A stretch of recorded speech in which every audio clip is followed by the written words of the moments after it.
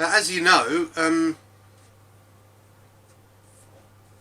a lot of associates of ours have had a problem with the MOD police with SA-80 parts, allegedly stolen from the army, but they turned out to be airsoft. And so because of this problem we were all raided, and because I had guns, the MOD police asked Dyfed Powys Police to make them safe, i.e.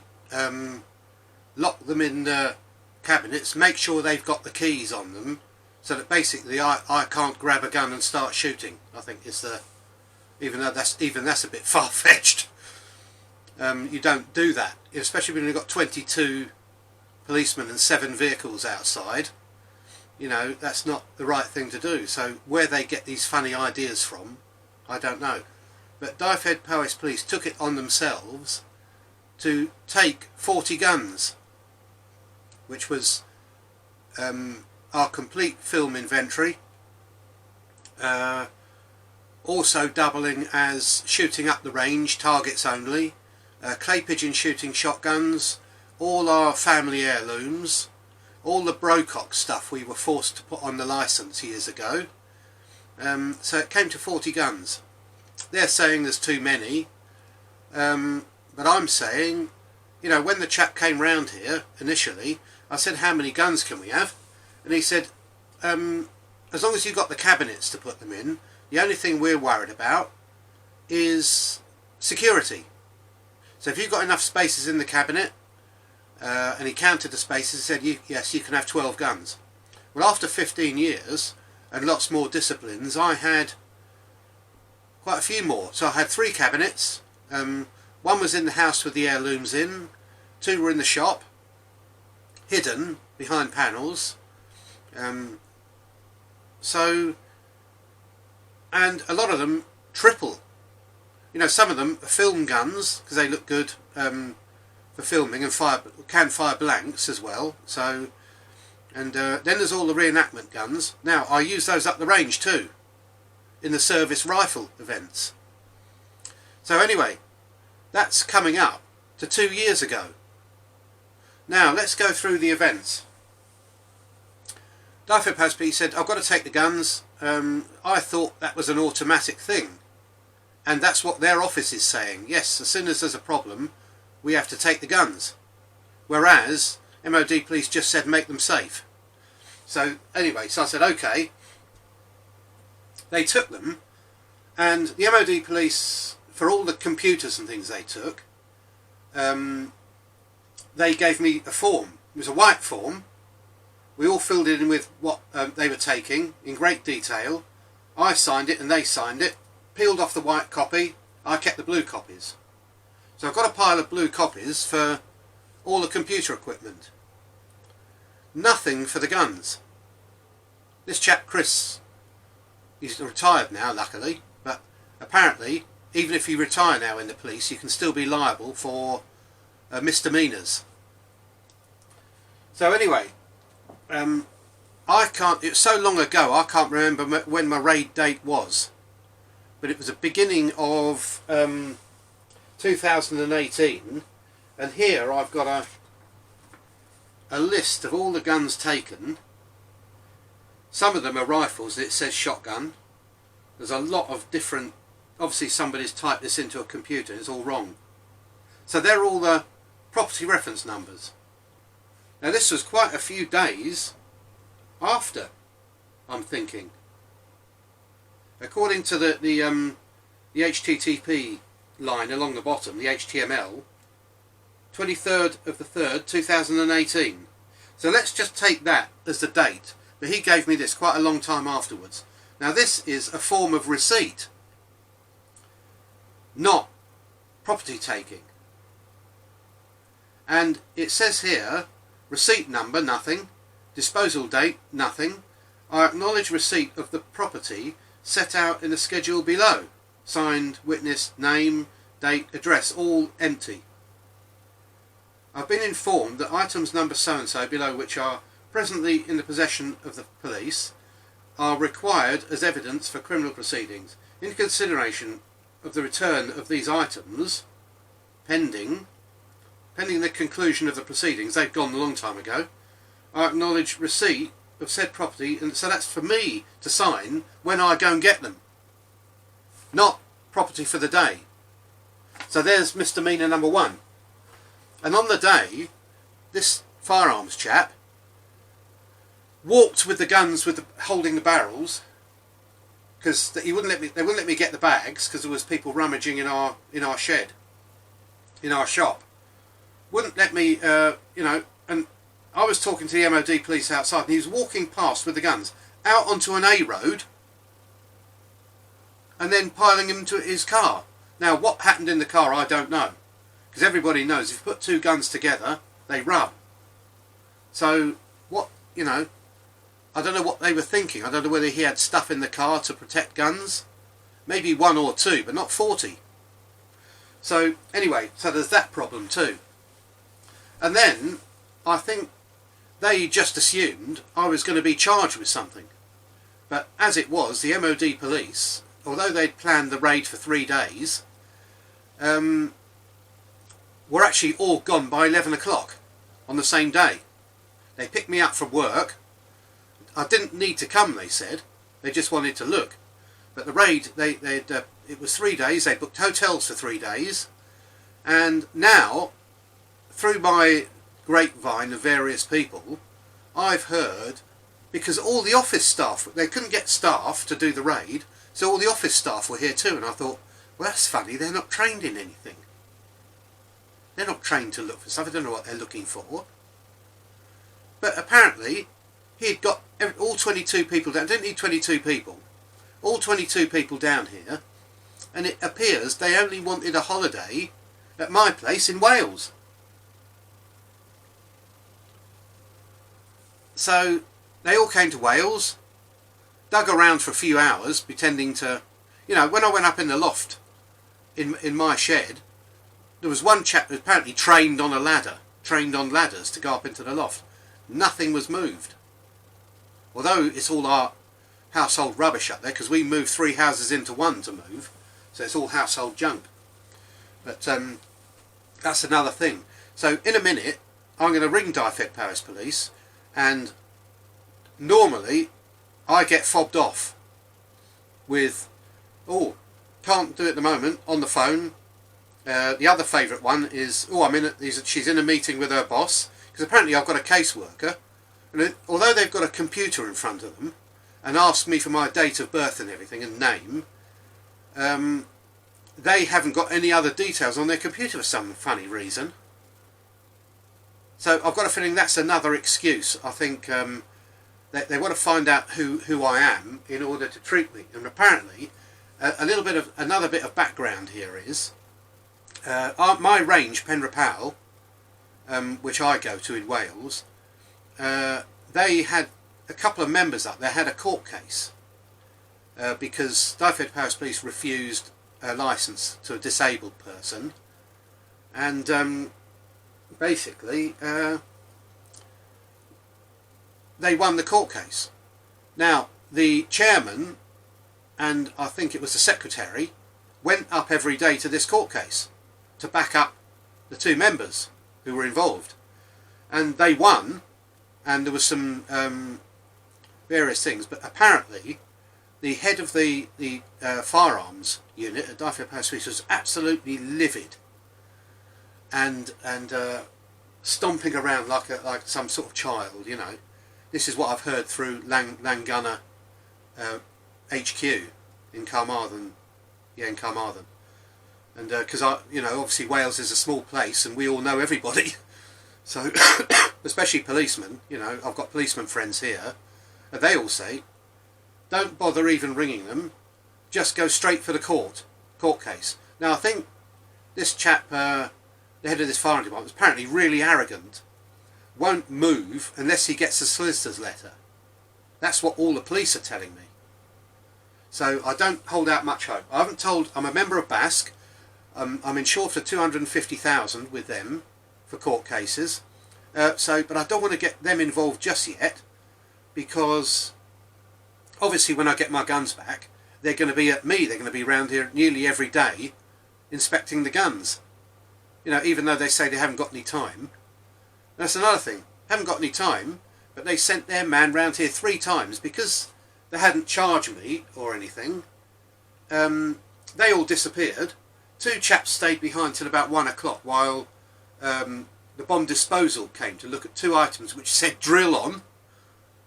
You know, drill. They were drill purpose items, and they sent the bomb squad to have a look at them, and they were absolutely really angry when they got here too.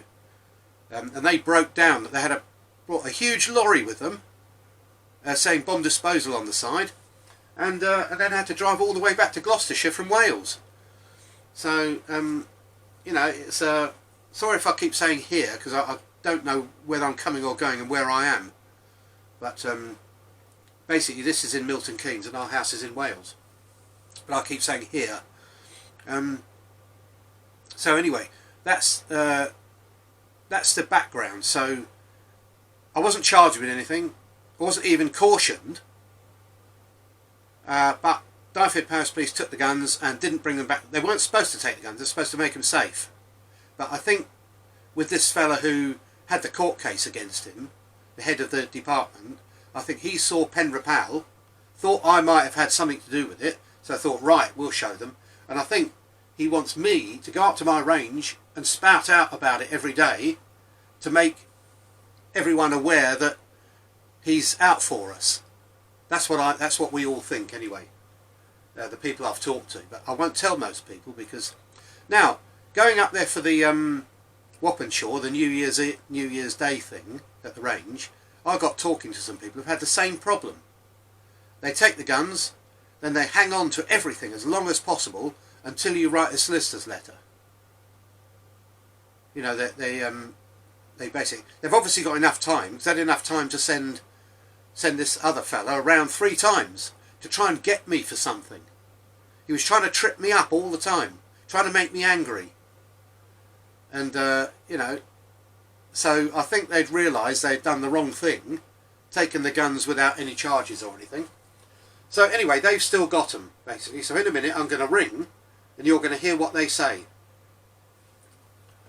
Now, I'm not allowed to record anything unless I think a crime's been committed. Now, a firearms lawyer that I am in contact with basically says if they didn't fill in any forms for each gun and I signed them, they couldn't take them. They can only take them with the forms. If they don't fill in the forms, it's classed as theft. And a theft of 40 firearms by one person is a very, very great punishable offence, which I think is why they came back and tried to get me for other stuff twice. They came back. Once he gave me this. So anyway, that's got our 40 firearms on it, but then again, that's all wrong too. He's put some of the 4570, he's put it as a single barrel shotgun. You know, the whole thing is absolutely, I mean, it's obviously outrage. I expect any gun owner there will feel outraged too. Any non-gun owner will say, well, it's your fault, you shouldn't have guns. But you shouldn't have kitchen knives either. That's what I'm saying. You're hundreds of times more likely to kill somebody with your kitchen knife or your car than a licence holder is with a gun. No, that's a criminal with a gun. If you go for a licence holder, it runs into millions per one. So I don't want any of that rubbish or any comments below with any of that gun rubbish in. Because we should be free to do whatever we like. Especially if you only want to go up the range on a Wednesday and put a few holes in some paper and join competitions. You know, I might understand if you don't like furry animals being shot, fair enough. But I don't do that, and we don't do that. We do reenactment, which is history, clay pigeon shooting, and I've got 4 or 5 clay pigeon shooting machines downstairs that haven't been used for 5 years. You know, right, let's ring them. I've got a lot of things to cover, but I'm not writing anything down because it never goes that way. When I write stuff down, it just never works. Now, I rang them yesterday, and basically she was on the phone, and I rang 10 minutes later, still on the phone, rang 10 minutes later, still on the phone, then it got to 4:30, didn't ring me back, never rings me back. She rang me back once in 2 years. So anyway, let's see what they say. Now, I think an offence has been committed, so I'm allowed to record this. Yeah, can I speak to Rhiannon, please, on my caseworker? It's Mr. Peterson. And what's your date of birth? 231059. First name and address? Wine Villa. Okay, I'll teach you there for now, 1 second. Oh, lovely, thanks a lot.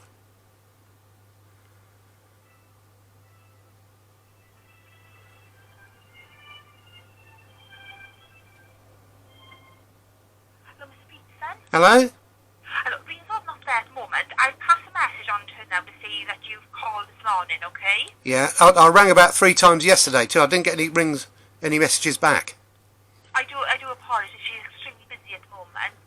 But like I said, pass the message on to her, and when she's available, then she'll give you a call back, sir, okay? Yeah, it's quite urgent because there's a lot of things have come up. Right, okay. I'll tell, and then obviously you appreciate a call back. Okay. Now, Okay? yeah, there's one little thing you might be able to help me with. Yeah. When a firearms policeman comes and takes a gun from your premises, Yeah. are they supposed to fill in a form? I'm not quite sure. I'll double check. I'm not sure about that, 1 second. Okay, thanks.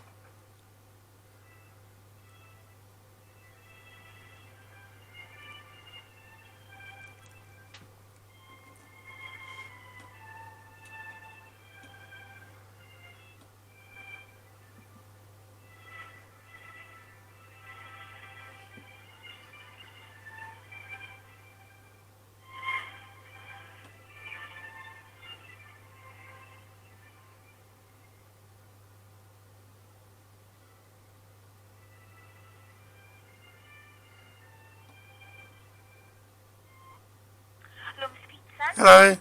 Right, so I'm not quite sure about that myself. So I'll tell Rhian you're querying about that when I speak to her now, obviously about your phone and that. And I'll say that obviously this is you, obviously like an answer about that then, okay? Okay, that's great. Thanks very much. Thank you. Thanks a Bye. lot. Thanks. That's the typical reply. She's very busy, even though they've had the guns for 2 years. You know, should I or should I not be a priority? You know, I just think. Anyway, more background. When I came to Wales, obviously changed police outfits. A chap came called Malcolm Charlton, and he was extremely helpful. He said, he was telling me he's picking up the guns. He's going, oh, this is lovely. This, you know, he was saying, you know, he's a real nice gentleman. We had a real rapport, and everyone I met after that said how brilliant he was. And he was saying, you know, he said, you can only fire one gun at a time. He said, so we don't care how many you have, as long as they're absolutely secure and all in cabinets, and you've got enough cabinet space. He said. Now, I was going to open a shop in Wales, and the shop is actually built with the till and the safe and all the stock and everything. We just never opened. It's even got an old shop door with 3/4 square windows, absolutely everything, behind one of the garage shutters. And the next shutter along is a shop window, although the glass hasn't been put in yet. So yeah, it was all ready to go, all lined, everything done, heaters, lights. So I started, about 3 of the shotguns I've got were actually bought at auction for sale in the gun shop when I opened it. But one opened down the road, and that shut almost immediately because of just lack of people. But the range said they would keep mine going by buying all the bullets, powder and primers and stuff from me. So yes, so 4 of the shotguns I don't really need, and a few other things I bought to sell, but most of it we use. So anyway, Malcolm was great. He gave me a form or a brochure for Penripal range and said, there you go to that range. So I went there and joined, and got on with them ever since. Even though there's a lot of politics, as we know, I try to keep myself out of that now. Although I was treasurer for a while, even I had people accusing me of all sorts of things, you know. But that's another thing anyway. And then obviously this case came up where some members went against Dyfed Powys Police and won, which must have been, you know, I mean, okay, they should just cut themselves off and carry on, but this chap was a chief of police once. He's not going to do that. He knows every trick in the book, you know, or was some sort of chief anyway. This is sort of his last little retirement office job. So he doesn't know anything about guns really. Well, none of them do up there, but I've got a feeling the Home Office keep them like that, so that they take everything they find in to go to forensics, so they, just in case they don't know what it is. So yeah, Malcolm was great. Now, and Helen, who was head of the firearms unit, was brilliant. She came to our, I think she came to our club once. And Malcolm used to come to the Basque meetings, and he used to talk, you know. And other firearms units go to shows and do you upgrades on your licence and extra guns and extra calibers on the spot. I've never seen Dyfed Powys Police doing that. Yeah, so you know, and now when I ring other units on consultancy matters, like you know, that they send me pictures of things and I answer back, I ask them, you know, what's happened? And some say it's because of terrorism.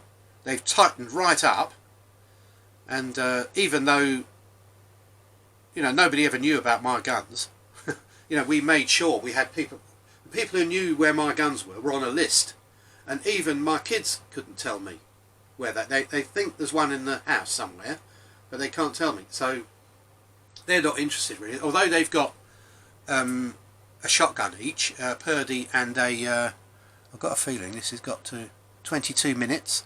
I'm going to try and cut these to half an hour lengths. Here we've got a small Purdy 410 and a Holland & Holland 410, which is Alana and Justin's. So they've got those. Now the other problem is cleaning. I've asked to go and clean them. They're supposed to be cleaned at least once a month, even if they're not used. And the wood stocks on the Purdy's and everything are supposed to be oiled at least once every 3 months. Now they've been sitting in wherever, I don't know where, whether there's even a rack to keep them apart. Because everyone knows when you put guns together they rub and come back silver. You know, so firearms lawyer says an expert has got to go in and look at them before you're even allowed to fire them again. Because if you've got a rusty barrel, especially on the World War II stuff, you know, what's going to happen to that?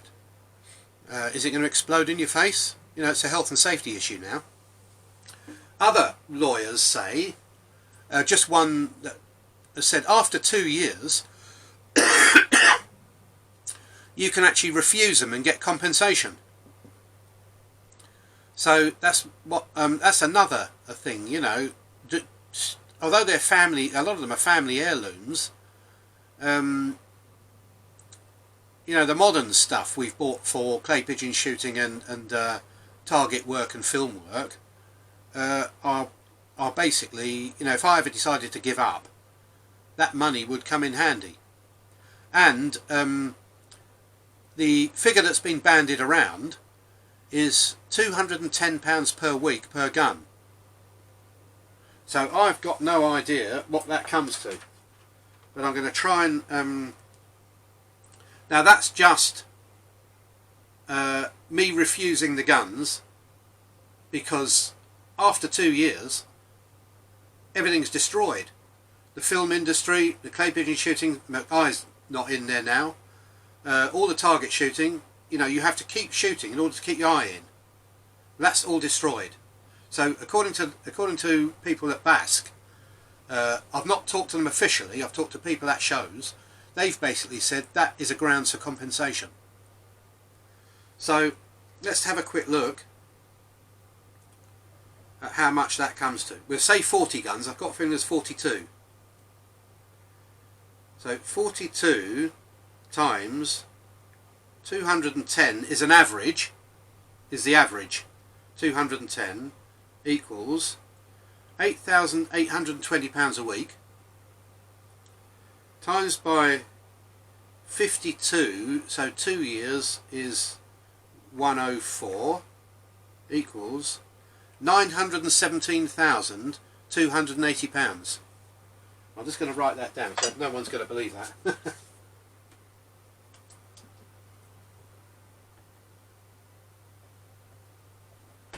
Right, now that's that. After 2 years, the destruction of your hobbies, I haven't got the sheet here, but I did write it down, but it's not an awful lot. It's something like 17,000 per hobby. Now I've got 5 shooting disciplines, PSG, clay pigeon, I think we'll lump clay pigeon shooting into one, 3 reenactment groups. Bletchley Park we never did any shooting, but the other 3 reenactment groups we went to shows, which I've now stopped doing because I went with a Denix K98 to some of the German dues, but that just, no point going into the battle because you're not firing anything, not firing any blanks. So that's all gone by the board now. Although I'm still members of everything, I'm still members of the shooting club. I've paid £130 for 2 years now, membership. So that's another 260. Then, right, hang on, I'm gonna put this in a different video, part 2 perhaps. Okay, thanks a lot.